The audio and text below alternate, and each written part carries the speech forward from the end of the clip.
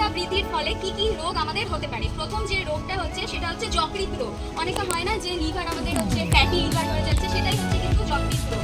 তারপরে কি মধুমেহ রোগ, মানে অনেকে যেগুলো আমরা বলি সুগার, যেটাকে বলি হয় না আমাদের হঠাৎ করে মোটা হয়ে যাচ্ছি। তারপরে আরো যেটা আছে স্ট্রোক। এবার যদি কেউ হঠাৎ করে মোটা হয়ে যায়, হাঁটা চলা কম করে, তার ফলে কি হবে যে তার কি হবে রক্ত চলাচল যেটা সেটা ঠিক মতো হবে না। তার ফলে কি হবে অক্সিজেনটা কিন্তু আমাদের শরীরে ঠিক মতো প্রবেশ করবে না। এর ফলে স্ট্রোক হওয়ার মানে সম্ভাবনাটা কিন্তু অনেক বেশি থাকে।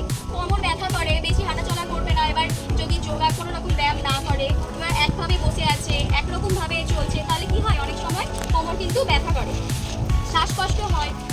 অনেক সময় আমরা দেখতে পাই যে অনেক মোটা মানুষ থাকে যাদের বেশি একটু হাঁটাচলা করলেই কি হয় যে শ্বাসকষ্টটা হয়, তো বেশি হাঁটাচলা করলে। তো সেই ক্ষেত্রে আমরা এটা কিন্তু মোটা মানুষদের ক্ষেত্রে এটা একটা কিন্তু লক্ষণ। তারপরে কিডনি রোগ, মানে কিডনিতেও বেশি করে বাথরুম যাওয়া, ঘন ঘন বাথরুম যাওয়া, এগুলো কিন্তু সমস্যা দেখতে পাওয়া যায়। তাহলে কি কি হলো যকৃৎ রোগ, মধুমেহ রোগ, স্ট্রোক, কোমর ব্যথা, শ্বাসকষ্ট, কিডনি রোগ।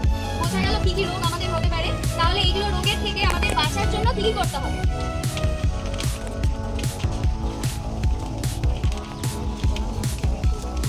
এই রোগগুলো থেকে বাঁচার জন্য যে প্রতিকার আছে সেগুলো হলো বেশি চিন্তা করা যাবে না। মানে আমরা যে অতিরিক্ত চিন্তা করছি যেগুলো, সেই চিন্তাগুলো কিন্তু করা যাবে না। আমাদের কিন্তু পুরোপুরি চিন্তা মুক্ত থাকতে হবে। 1 নম্বর, রাত্রে সঠিক সময়ে ঘুমানো, মানে রাত্রেবেলা করে আমাদের কিন্তু ঠিকমতো খাবার খেতে হবে, সঠিক সময়ে কিন্তু ঘুমোতে হবে।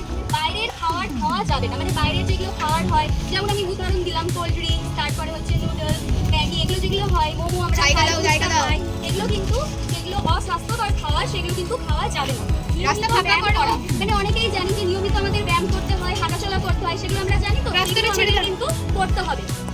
এরপরে দূরদর্শন ও ফোনের ব্যবহার কম করা। যেমন অনেক সময় হয় রাত্রেবেলা আমরা ঘুমোচ্ছি, হাতে কিন্তু আমাদের ফোন আছে, তাতে কি হচ্ছে সেই যে আলোটা আমাদের চোখে আছে, আমাদের তো মাথা ব্যথাও করে, মাথা যন্ত্রণা করে না অনেকে, সেগুলো কিন্তু করা যাবে না। মানে ঠিক সময়ে খাবার খেতে হবে, যোগা করতে হবে, সকালে উঠতে হবে, আর বাইরের যে খাবারগুলো ওগুলো কিন্তু বন্ধ করতে হবে। শাকসবজি, ফল খেতে হবে, মানে আমাদের যেগুলো আশেপাশে যেগুলো শাকসবজি আমরা পাই বাজারে, সেই শাকসবজি খেতে হবে। যেগুলো কাছাকাছি ফল পাওয়া যায় সেই ফলগুলো কিন্তু খেতে হবে, ঠিক আছে। এবার আপনারা কি জানেন কিছু কিছু যেগুলো ব্যায়াম আছে সেগুলো কি আপনারা কোনটা জানেন? ব্যায়াম কিছু কিছু ব্যায়াম আমি কিন্তু আপনাদেরকে দেখিয়ে দিচ্ছি। যেমন গলাটায় আমরা এখানে সোজা আছি, প্রথমে নিচু হবো, সামনে তাকাবো, উপরে তাকাবো, ঠিক আছে। এবার সাইডে আমরা একবার বাম দিকে, ডান দিকে, একবার হচ্ছে বাম দিকে তাকাবো। তাহলে এরকম নিচু, সামনে, উঁচু, ডান দিক, বাম দিক, ঠিক আছে।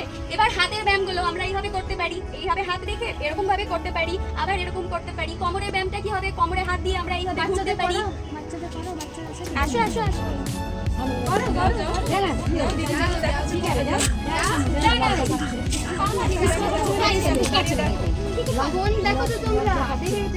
তাহলে কোমরে এইভাবে আমরা হাত দেবো, এক সাইডে এইভাবে ঘুরবো, আবার সোজা হবো, আবার এক সাইডে ঘুরবো। এবার পায়ে আমাদের কি হয়, মোটা হলে পায়ের আমরা যে মাংসগুলো সেগুলো বেশি বৃদ্ধি পাই, তো পায়ের ক্ষেত্রে কি করবো, প্রথমে উঁচু করবো, ঠিক আছে, তারপরে সোজা করবো, আবার উঁচু করবো, তারপরে আবার সোজা করবো। এবার হচ্ছে পায়ের যে পাতাটাকে কি করবো, প্রথমে হচ্ছে ডান দিক, তারপরে বাম দিক, আবার ডান দিক, আবার বাম দিক, আবার এটাকে আমরা এতটা অবধি উঠাতে পারি, আবার নামাতে পারি।